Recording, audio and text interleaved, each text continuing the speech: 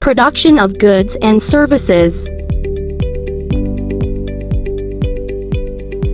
The content of our report is the nature of production, factors of production, cost of production, rules of production, relevant of production, produce of purchase, inventory control and scheduling, and quality control and productivity. The nature of production. The nature production. Production function is the name given to the physical relationship between a firm physical input and outputs depending on a given state of technical knowledge. Like demand, it refers to a period of time. Accordingly, it refers to a flow of input resulting in a flow of output over a period of time.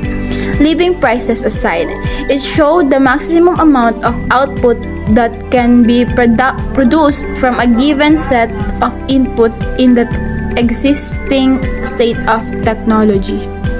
Factors of production.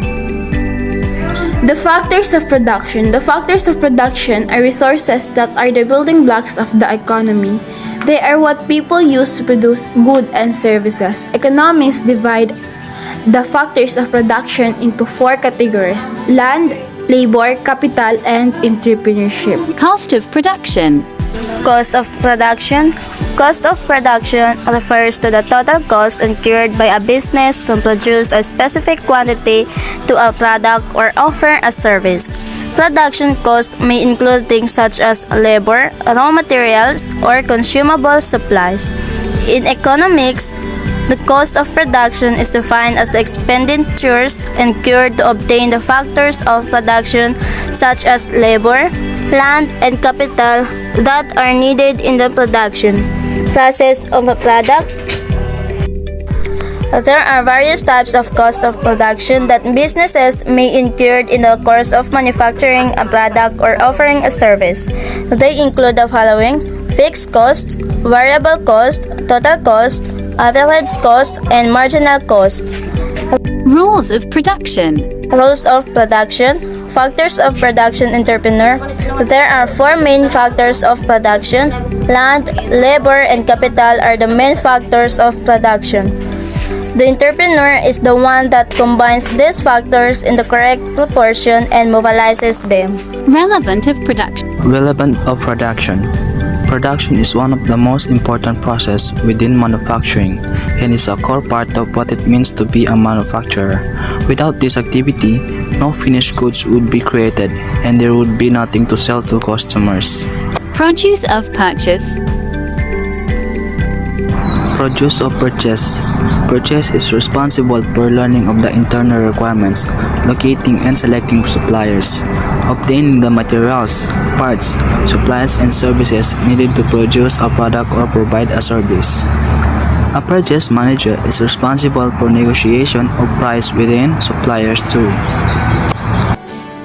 Inventory control. Inventory control. Inventory control or stock control can be broadly defined as the activity of checking a shop stock. It is the process of ensuring that the right amount of supply is available within the business. Scheduling. Scheduling. Scheduling is the process of arranging, controlling, and optimizing work and workloads in a production process or manufacturing process. Scheduling is used to allocate plant and machinery resources, plan human resources, plan production processes, and purchase materials. Quality control. Quality control is a procedure or set of procedures intended to ensure that the manufactured product or performed service adheres to a defined set of quality criteria or meets the requirements of the client or customer's QC. Is similar to but not identical with quality assurance. Productivity. Productivity is the efficiency of production of goods or services expressed by some measure. Measurements of productivity are often expressed as a ratio of an aggregate output to a single input or an aggregate input used in a production process. Output per unit of input, typically over a specific period of time.